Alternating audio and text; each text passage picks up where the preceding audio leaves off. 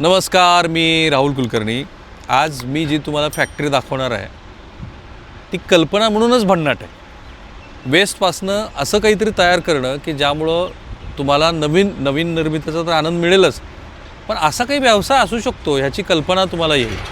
आणि म्हणून मी जेव्हा असं म्हणतो की मराठी मनुष्य हा अत्यंत कल्पक आहे, तो व्यापार उदीम आणि व्यवसाय इतक्या छान पद्धतीनं करतो आणि महत्त्वाचं म्हणजे त्याच्या प्रामाणिकपणामुळं त्याच्यावरती जगभरातले लोक विश्वास ठेवतात. मी जे काय म्हणतो आहे हे हळूहळू महाराष्ट्राला पटतं आहे, कारण आपल्याकडे फक्त नोकरी करावी एवढाच दृष्टिकोन होता. माझं म्हणणं आहे की नोकरी करा, उद्योग करा. आणि मग अशा ह्या प्रवासामध्ये जी आज युनिक आणि खूपच वेगळी अशी फॅक्टरी मी तुम्हाला दाखवणार आहे, त्याबरोबरच हे अख्खं कुटुंबच वेगळं आहे. आश्रम, तुमचा पूर्ण परिचय करून घ्या. नमस्कार, मी आश्रम काळे. माझं ह्याच्यामध्ये 2010पासून मी ह्या नाही, तुमचं गाव कोणतं आश्रम? माझं गाव राशीन करपडी. येस. जिल्हा तुमचा अहिल्यानगर जिल्हा आणि कर्जत तालुका. कर्जत तालुका, राशीन तुमचा हे. हो, येस. इथून पुण्यातनं राशीनला जायला किती वेळ लागतो? गावाकडे जाता का? जातो की साधारणपणे काय आता काय 2.5-1 तास लागतात इथून जायला. हो. आणि गाव सोडून किती वर्ष झाली? आता गाव सोडून तसे आमच्या घरच्या गाव सोडलेलं त्यांनी.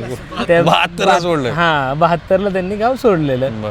मग 72ला मग त्यांनी त्यांची एकदम खडतर ह्याच्यामधनं त्यांनी हे केलं. खडतरपणा जो आश्रम सांगणार आहे, हे आश्रम, तुमचं नाव?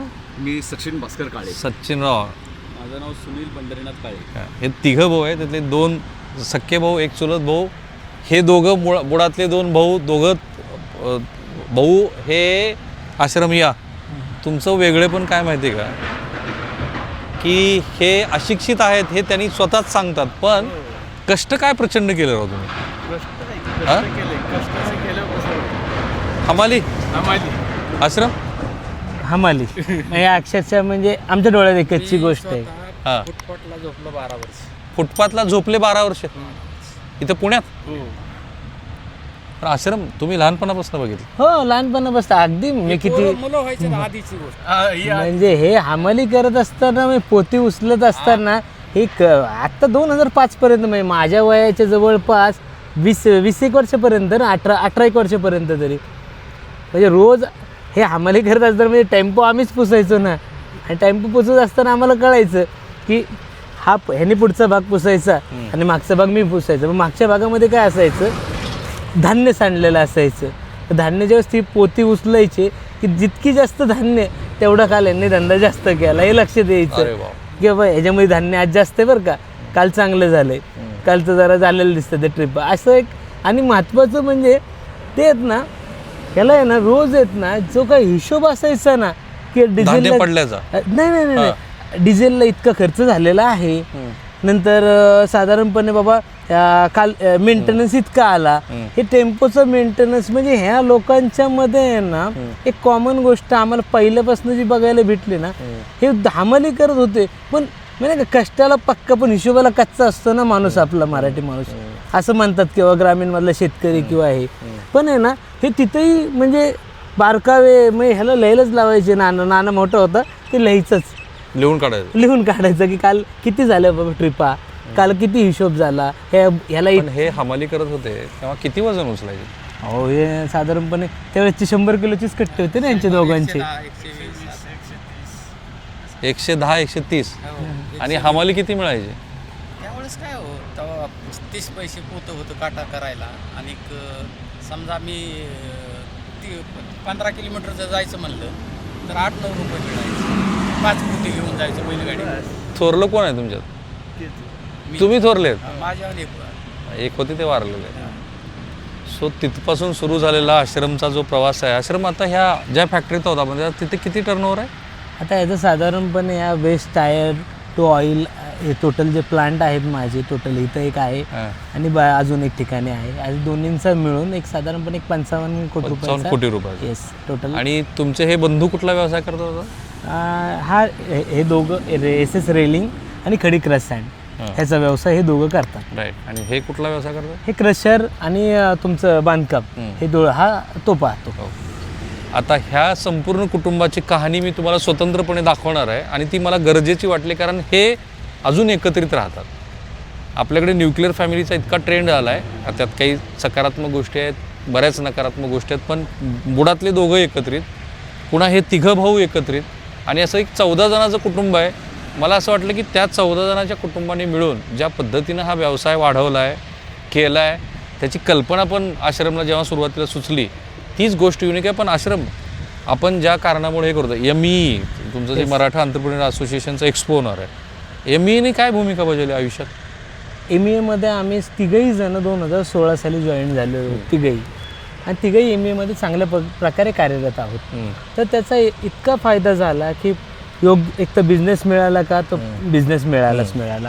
त्याच्यानंतर दुसरं तुम्हाला मेंटोरिंग मिळालं, मार्गदर्शन मिळालं, त्याच्यानंतर सपोर्ट मिळाला, नेटवर्क मिळालं, आणि त्याचा फार प्रचंड फायदा झाला. म्हणजे फक्त तो पैशातलाच फायदा असेल असं नाही, पण त्याचबरोबरीने बऱ्याच वेळा जिथं कुठं अडचणी आल्या व्यवसायामध्ये त्या ठिकाणी MEAचा कोण ना कोण मनुष्य हा तिथं कामाला चालला. करेक्ट. आणि म्हणून मी नेहमी म्हणतो की ठीक आहे, म्हणजे मराठा समाज एक जात घटक म्हणून आज एकत्रित आला आहे, त्याच्याबद्दल कुणाला आक्षेप असायचं काही कारण नाही आहे.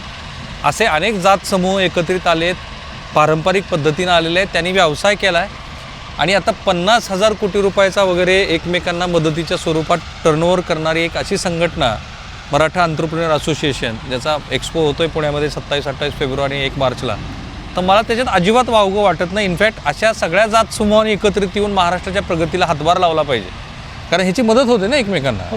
फार छान पद्धतीने. कारण त्याच्यामध्ये काय MEAमध्ये गेल्यानंतर आहे ना, जो ट्रस्ट डेव्हलप होतो ना, शेवटी व्यवसाय म्हणजे काय असतं, तर ट्रस्टच असतो.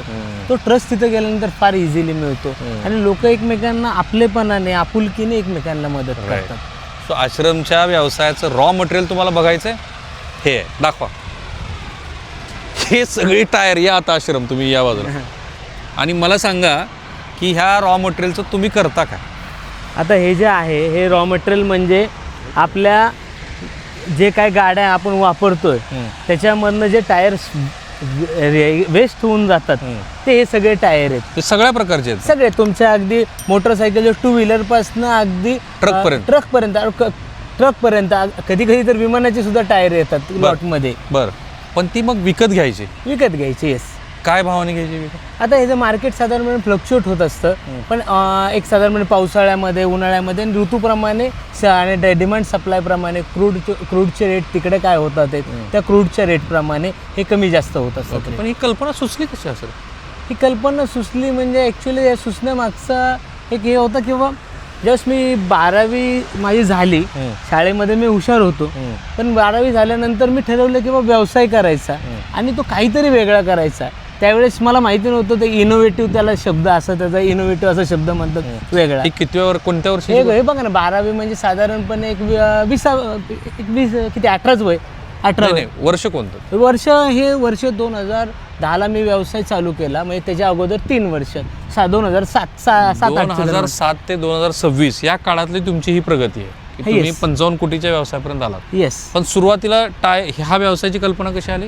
ह्या व्यवसायाची कल्पना अशी आली की माझा किंवा नवीन काहीतरी, तुम्हाला मागाशी म्हणलो की इनोव्हेटिव्ह काहीतरी करायचं होतं, ते इनोव्हेटिव्ह करत असताना ते गावत नव्हतं. मग ते सापडण्यासाठी मी फार फिरलो. 3 वर्ष मी 100 उद्योग, 200 उद्योगाची पुस्तकं, उद्योजकता शिबिरं ही फार अटेंड केली, पण तरीसुद्धा मला ते काय भेटतच नव्हतं. मग अशाच एका उद्योजकता शिबिरामध्ये मला एक मेंटर भेटले, माझे ते पहिले गुरु म्हणायचं, संजय सिद्धे म्हणून. ते मला भेटले. त्यांनी त्यावेळेस त्या लेक्चरमध्ये मला, म्हणजे आमचे एक 30 लोकांचा ग्रुप होता, त्यांना सांगितलं की वेस्ट टायरपासून ऑइल निघतंय, त्या LDO ऑइल आहे, आणि ते LDO म्हणजे लाईट डिझेल ऑइल. ओके. ते आत्ताचं पेट्रोलियम प्रॉडक्ट LDO जो निघतो त्याला हा सबस्टिट्यूट प्रॉडक्ट आहे. हे कधीची गोष्ट? 2010ला 7 ते 10 पर्यंत माझं सर्चिंगच होतं, 10ला ही गोष्ट कळाली मला. मग मला ती कल्पना फार आवडली की वेस्ट टायर तर निघतात, हे तर मला माहिती होतं की वेस्ट टायर फेकून दिले जातात, टाकून दिले जातात, इथपर्यंत मला पूर्ण आयडिया होती. पण LDO हे नेमकं काय, हे मला काय गोष्ट माहिती नव्हती. मग त्यांनीच मला नंतर गाईड केलं, मार्केट सर्वे कर. मार्केट सर्वेमधनं माझ्या लक्षात आलं की अरे ह्याला फार चांगली डिमांड आहे, आणि हा महत्त्वाचा म्हणजे इम्पोर्ट प्रॉडक्ट आहे, तर इम्पोर्ट सबस्टिट्यूट आणि प्लस वेस्ट असं एक चांगलं कॉम्बिनेशन मला त्यावेळेस लक्षात आलं, आणि मग त्या दिशेने मी पळत गेलो. पण मग एक कल्पना आली, पण मग मटेरियल, अभ्यास, तुमच्या मशिनरी मग त्याचं झालं किंवा मार्केट सर्वेपर्यंत आलो. मार्केट सर्वे नंतर मग मी तेव्हा महाराष्ट्रात किती असे व्यवसाय होते? नाही त्या महाराष्ट्रामध्ये त्यावेळेस नुकताच ह्याचा जन्मच झाला होता.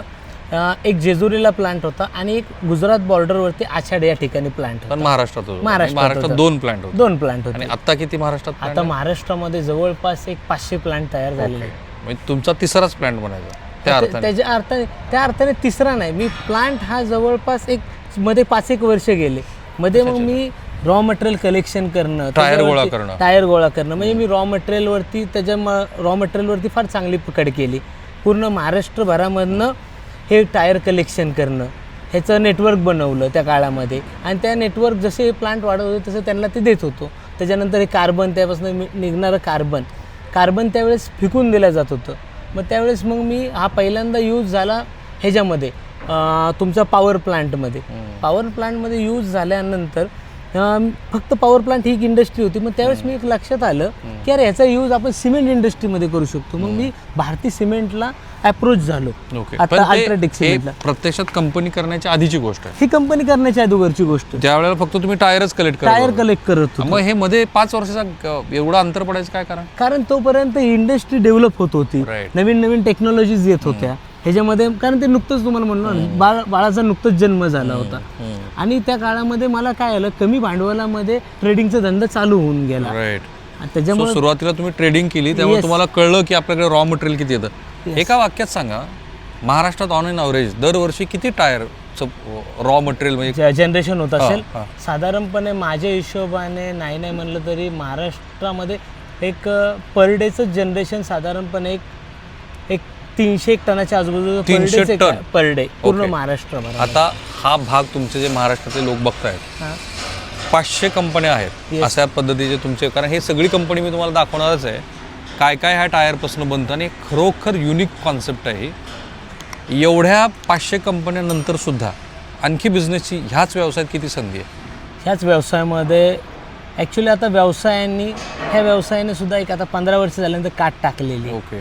आता याचं एक वेगळ्या पद्धतीने म्हणजे आता ह्याचे जे बाय प्रॉडक्ट्स निघतात आहेत ना, मग आता हे कार्बन निघतं, त्याचं RCB बनवणं ही डेव्हलपमेंट झालेली आहे.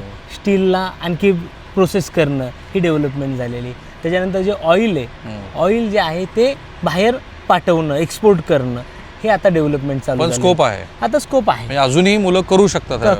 पण आता थोडंसं एक त्याचा स्केल आता वाढवावा लागेल. राईट. सो पूर्ण फॅक्टरी आपण बघणार होतो, पण त्याच्या आधी फॅक्टरीचे जे प्रोटोकॉल असतात त्याप्रमाणे हेल्मेट घालणं, ते कामगारांसाठीचं जे जॅकेट आहे ते घालणं, ते करू मी. पण पहिल्यांदा तुम्ही इतकी युनिक फॅक्टरी बघणार आहात की जी टायरपासनं डिझेल सदृश्य अशा स्वरूपाचं किंवा ऑइल सदृश्य आपण ऑइल सदृश्य असं तेल तयार करते. फक्त तेलच नाही, आणखी कितीतरी प्रकार आहेत जे तयार करते. अरे इसको टाइट करो पीछे से.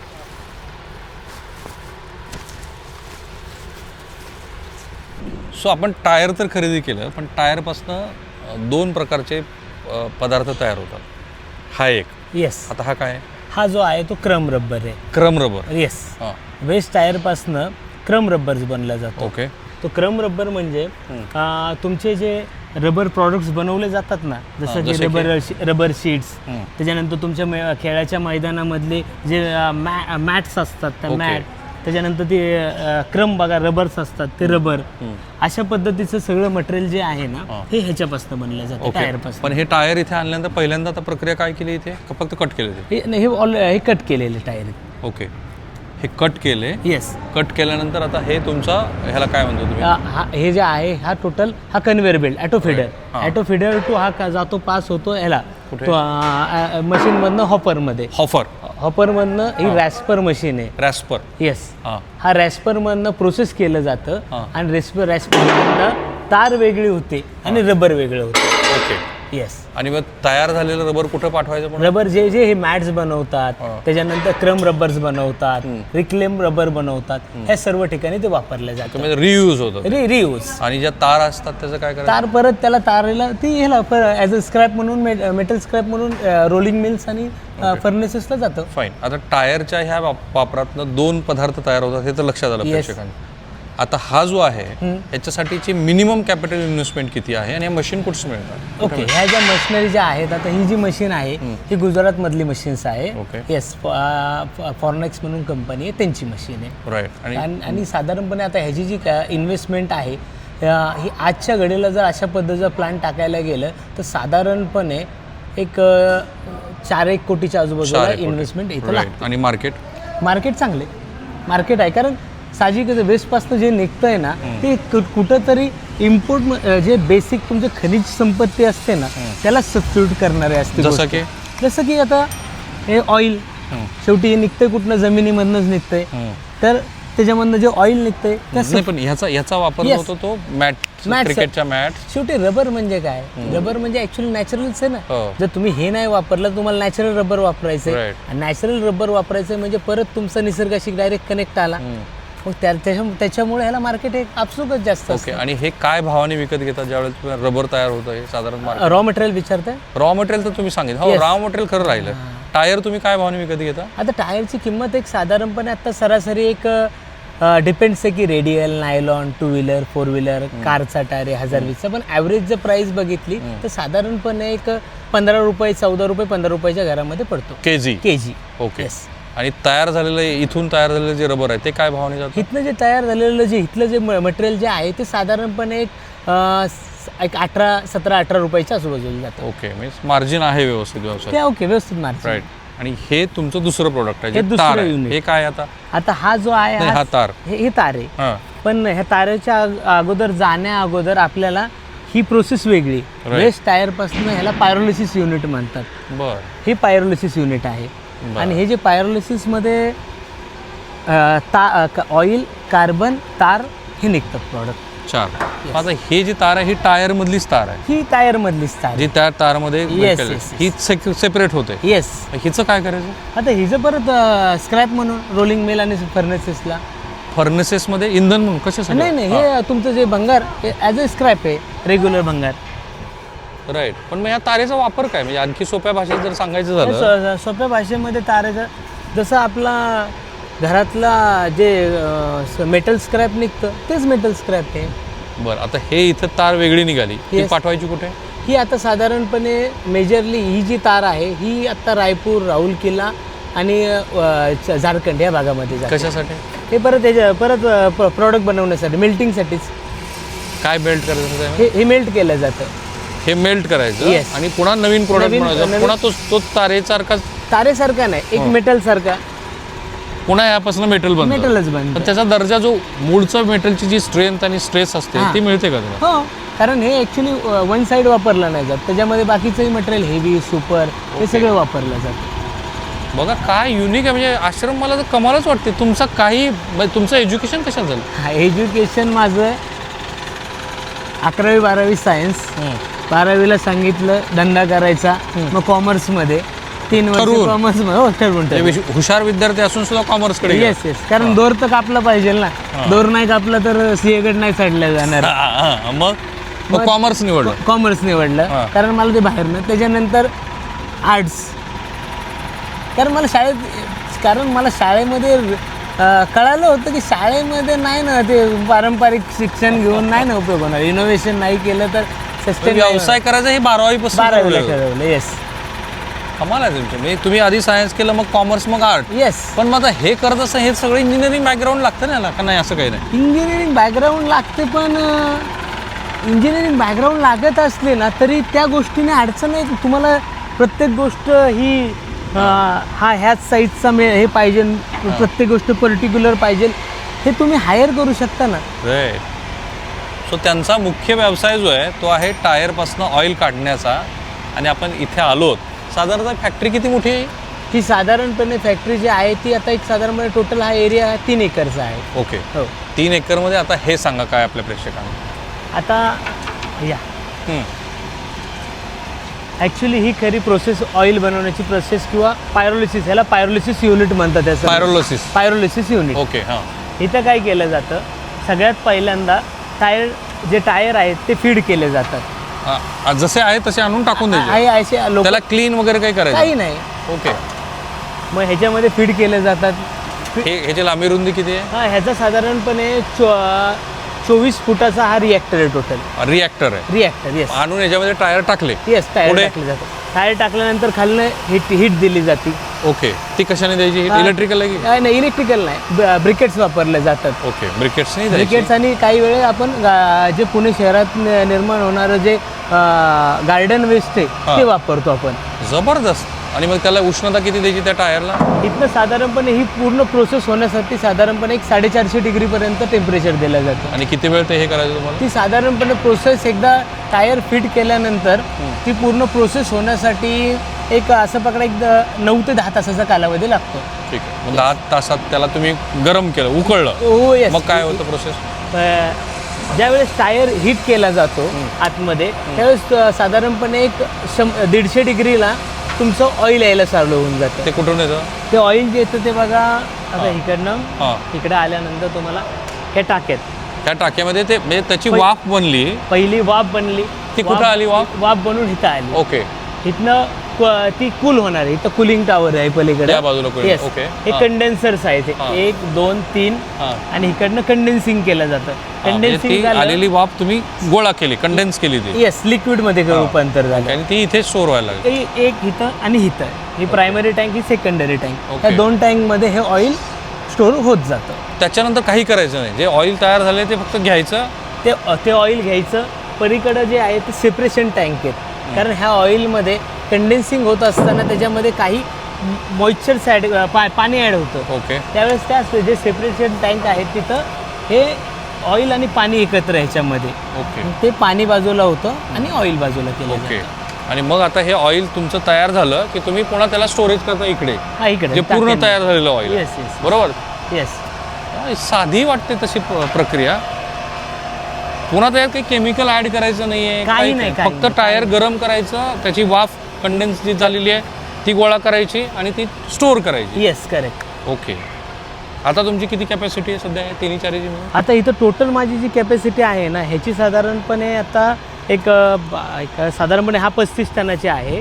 31 ते 35 टनापर्यंत त्याच्यामध्ये मटेरियल जातं. आणि बाकी दुसऱ्या ठिकाणी जे आहे तिथं एक साधारणपणे रोजची एक 25 टनाची आहे. ओके. आणि आता ह्या तुमच्या टाक्या येस. आपण ते ऑइल बघू शकतो? हो बघू शकतो ना. चला. आता ह्या ऑइलचा आश्रम वापर कशासाठी? ह्याचा वापर जो होतो ना ह्याचा वापर प्रत्येक ठिकाणी फर्नेस जिथं असतात ना हिटिंग प्रोसेस केली जाते आणि ज्या ठिकाणी जो फर्नेस हा ऑइलवरती चालवला जातो त्या ऑइलमध्ये ते वापरलं जातं. जसं की हॉट मिक्स प्लांट, डांबर प्लांट, बिटुमिन प्लांट. ओके. त्याच्यानंतर aluminium die casting. Okay. Sand drying units. Okay. जिथं जिथं हिटिंग प्रोसेस आहे तिथं तिथं वापरलं जातं. फाईन. पण आता आपल्याकडं जे क्रूड ऑइल येतं त्याला हे काही प्रमाणात पर्याय आहे? हो 100%. ओके. आणि मग ते क्रूड ऑइल आणि आपल्याकडच्या ह्या दरामध्ये किती फरक पडतो ह्या ऑइलच्या? ह्या दरामध्ये चांगली तफावत आहे. हेच आहे ऑइल आहे ना तुमचं? नाही येस. आता हेच ऑइल. बरं. म्हणजे टायरपासून तयार झालेलं हे ऑइल आहे. येस. त्याच्यात काही ॲड नाही, काही नाही. जबरदस्त हो. आणि हे आपल्याला क्रूड ऑइल आणि ह्याच्या दरामध्ये किती फरक आहे? जवळपास आजच्या घडीच्या मार्केटच्या हिशोबाने जवळपास एक 15-1 रुपयाचा फरक आहे. हो. आणि आपण जे प्रोड्यूस करतो किंवा ह्या 500 ज्या कंपन्या प्रोड्यूस करतात त्यांनी तयार केलं तरी आपल्याला पुरतंय का? कारण आपण आता इतक्या गतीनं वाढणारी अर्थव्यवस्था आहे. नाही ना, कारण फ्युएल आहे ना, फ्युएल हे पुरूच शकत नाही. हे गाडीत नाही वापरायचं ना? गाडीत नाही, ओनली इंडस्ट्रियल आणि इंडस्ट्रियल यूजसाठी. इंडस्ट्री आणि इंडस्ट्रियल हे जे बिटमिक्सवाले आहेत जे काही प्रमाणामध्ये डांबर वगैरे वापरतात ते पण हे वापरतात का? हो. जबरदस्त आहे. सो अशा पद्धतीनं एका वेगळ्या पद्धतीच्या व्यवसायाची तुम्हाला मी ओळख करून देतो आहे. आणि त्या निमित्तानं मला एवढंच वाटतं की अशा पद्धतीनं महाराष्ट्रामध्ये उद्योग व्यवसायाच्या वाढीच्या दृष्टीनं हे वेगवेगळ्या पद्धतीचे व्यवसाय तुमच्यासमोर येत आहेत. आश्रमनी तर फारच छान सोप्या भाषेमध्ये सगळं आपल्याला समजावून सांगितलं. इथे बघा, हे अधिक चांगल्या पद्धतीने आणखी तुम्हाला कळेल. हे आश्रम, मला सांगा, ही भारतीय अर्थव्यवस्था एवढ्या गतीनं वाढते वगैरे असं म्हणतो, अधूनमधून चर्चा असते की नाही मध्येच रिसेशन येते. गेल्या 5-10 वर्षातला तुमचा अनुभव काय इंडस्ट्रीबद्दलचा? इंडस्ट्रीबद्दलचा ओव्हरऑल जर पकडायला गेलं, जर व्यवसायामध्ये जर सातत्याने आपण इनोव्हेशन जर ठेवलं ना तर खरंच म्हणजे कॉम्पिटिशन किंवा रिसेशन ह्या गोष्टी तितक्याशा नाही राहत. म्हणून मला म्हणजे फार अशी इतकी अडचण आली नाही. कारण वेळोवेळी मी व्यवसाय हे कायम इनोव्हेटिव्ह आणि जे बेसिक इनोव्हेशन म्हणजे काय तर बेसिकली लोकांचा जो प्रॉब्लेम आहे त्याच्यावरती शोधलेलं उत्तर योग्य टेक्नॉलॉजीच्या आधारे. तर अजून एक मी बघितलं तुमचं, एवढ्या वेळा झाला आता मी तुमच्याशी बोलतोय, म्हणजे हे रेकॉर्डिंग सुरू करण्याच्या आधी तुम्ही एका व्यवसायावर अवलंबून नाही आहेत. एकाच वेळेला तुम्ही 4-5 गोष्टी करून ठेवल्यात. म्हणजे एकात अडचण आली तर असा काही दृष्टिकोन आहे का, क्या सुचेल ते करत गेला? नाही, माझं पहिल्यापासून फोकस आहे क्लीन टेक्नॉलॉजी ग्रीन टेक्नॉलॉजीमध्येच जायचं. ओके. म्हणजे आणि महत्त्वाचं ह्याच्यामध्ये वेस्ट पासनंच काही जे करायचं तर वेल्थ जी क्रिएट करायची ती वेस्ट पासनंच जबरदस्त. हा मेजरली माझा पहिल्यापासूनचा फोकस आहे. आणि तुम्ही पुणे म्युन्सिपलबरोबर काय काम करता? पुणे महानगरपालिकेबरोबर जो माझ्या आत्ता सुक्या कचऱ्याचे प्लांट आहेत तिथं हे केलं जातं, रिसायकलेबल मटेरियल आणि RDF बनवलं जातं. तो एक ती एक इंडस्ट्री आहे, तो एक प्लांट आहे. त्याच्यानंतर माझा पुणे शहरातला कचरा गोळा करून तुम्ही त्याला प्रोसेस करता? येस, पुणे महानगरपालिका कचरा आणून देते, कलेक्शन ट्रान्सपोर्टेशन करून प्लांटवरती पाठवते. तिथं आल्यानंतर आपण रोज येणारा सर्वच्या सर्व कचरा, एकदा कचरा आतमध्ये सकाळी आला की संध्याकाळी तो प्रॉडक्ट म्हणूनच बाहेर जातो. आणि काय प्रोडक्ट बनतो तो? त्याचा रिसायकलेबल मटेरियल आणि RDF बनतं. RDF म्हणजे रिफ्यूज डिराइव्ड फ्युएल. ओके, म्हणजे आणखीन एक तो तुमचा वेगळ्या पद्धतीचा तेल निर्मितीचा प्रकार? तो नाही, तो फ्युएलच डायरेक्ट. ते फ्युएल परत सिमेंट कंपनी आणि पॉवर प्लांटला परत फ्युएल म्हणून वापरलं जातं.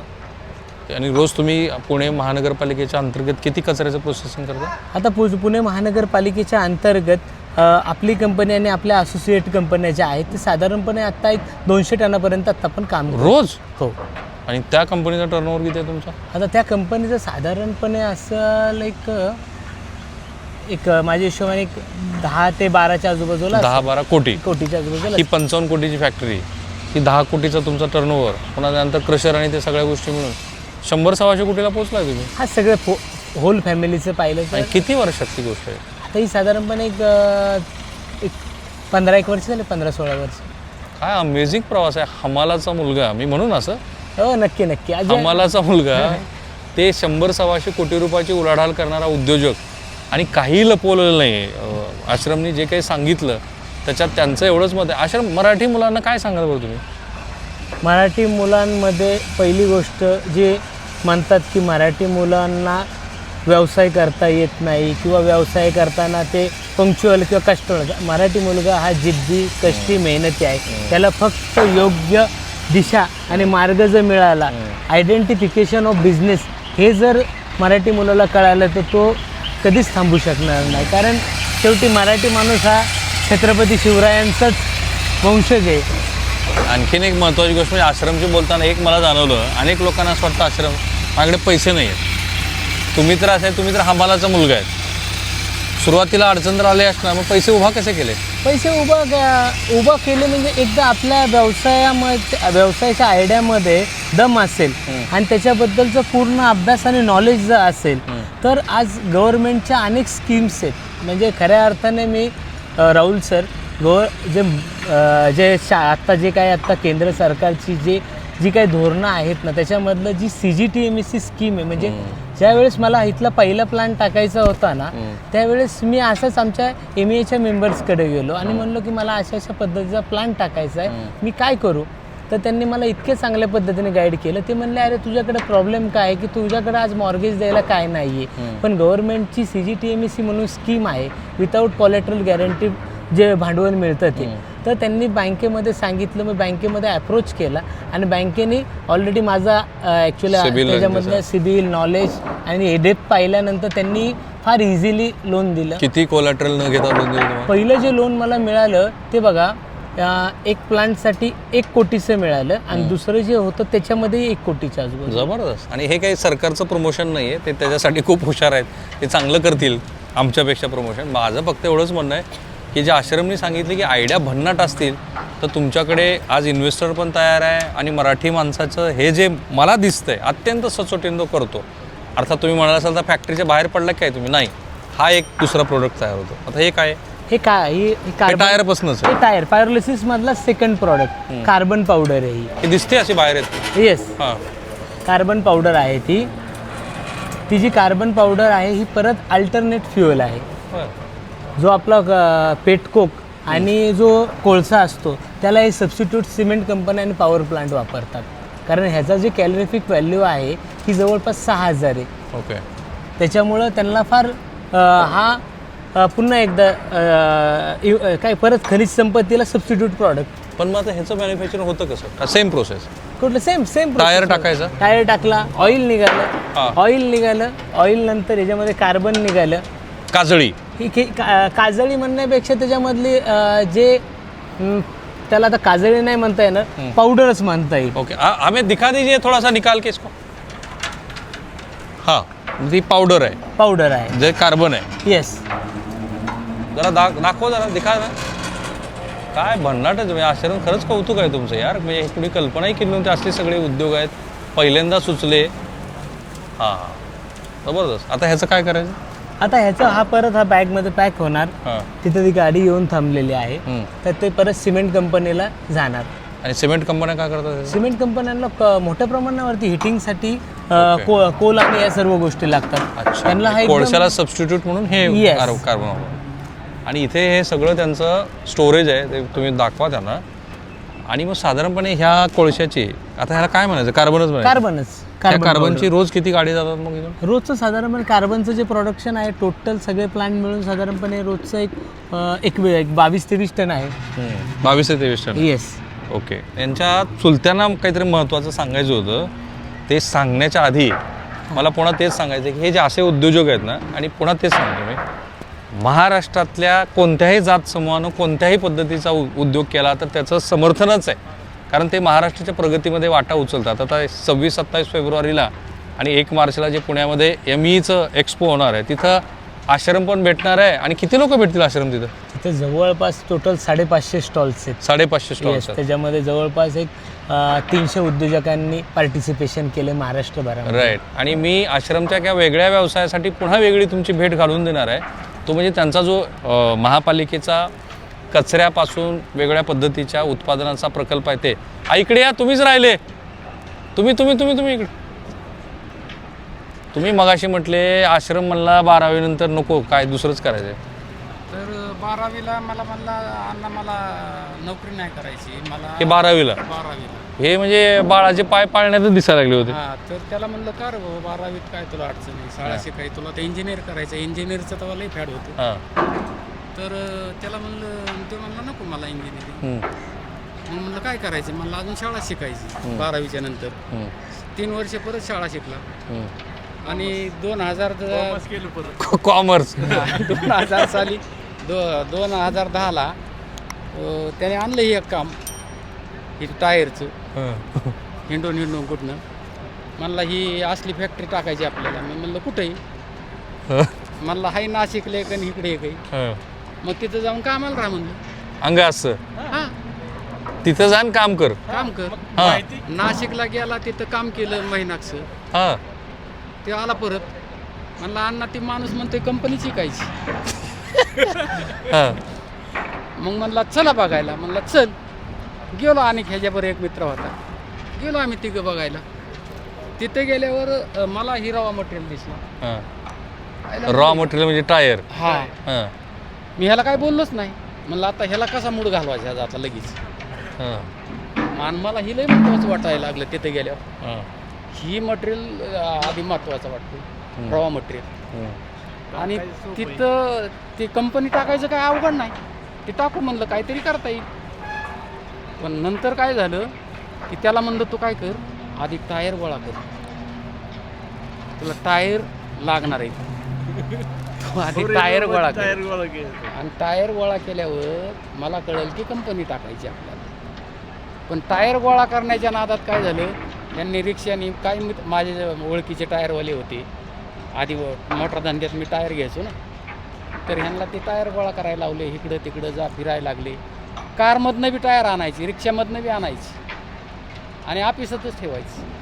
म्हणजे पहिली सुरुवात तशी. आणि मग ती गाडी एक ट्रकचा माल झाल्यावर ट्रक भरायची आणि कुठं गुजरातला ह्याला पाठवायची. तुम्हाला दोघांचं वैशिष्ट्य काय आहे का, तुम्ही महाराष्ट्रावर खूप मोठे उपकार केले, तुम्हाला माहीत नाही. आपल्याकडे साधारणपणे धारणा, बरं हे हमाल दोघंही व्यवसायानं, काहीही शिक्षण नाही काहीच नाही. आणि पोरगा सांगतोय 12वीतला की मला कंपनी काढायची आहे. बरोबर. मला व्यवसाय तुमचं करायचा. नाही तुमचे उपकार काय आहेत महाराष्ट्रावर तुम्हाला मी सांगतो. आज ही काही तुमच्याकडे हे जरा दाखवा.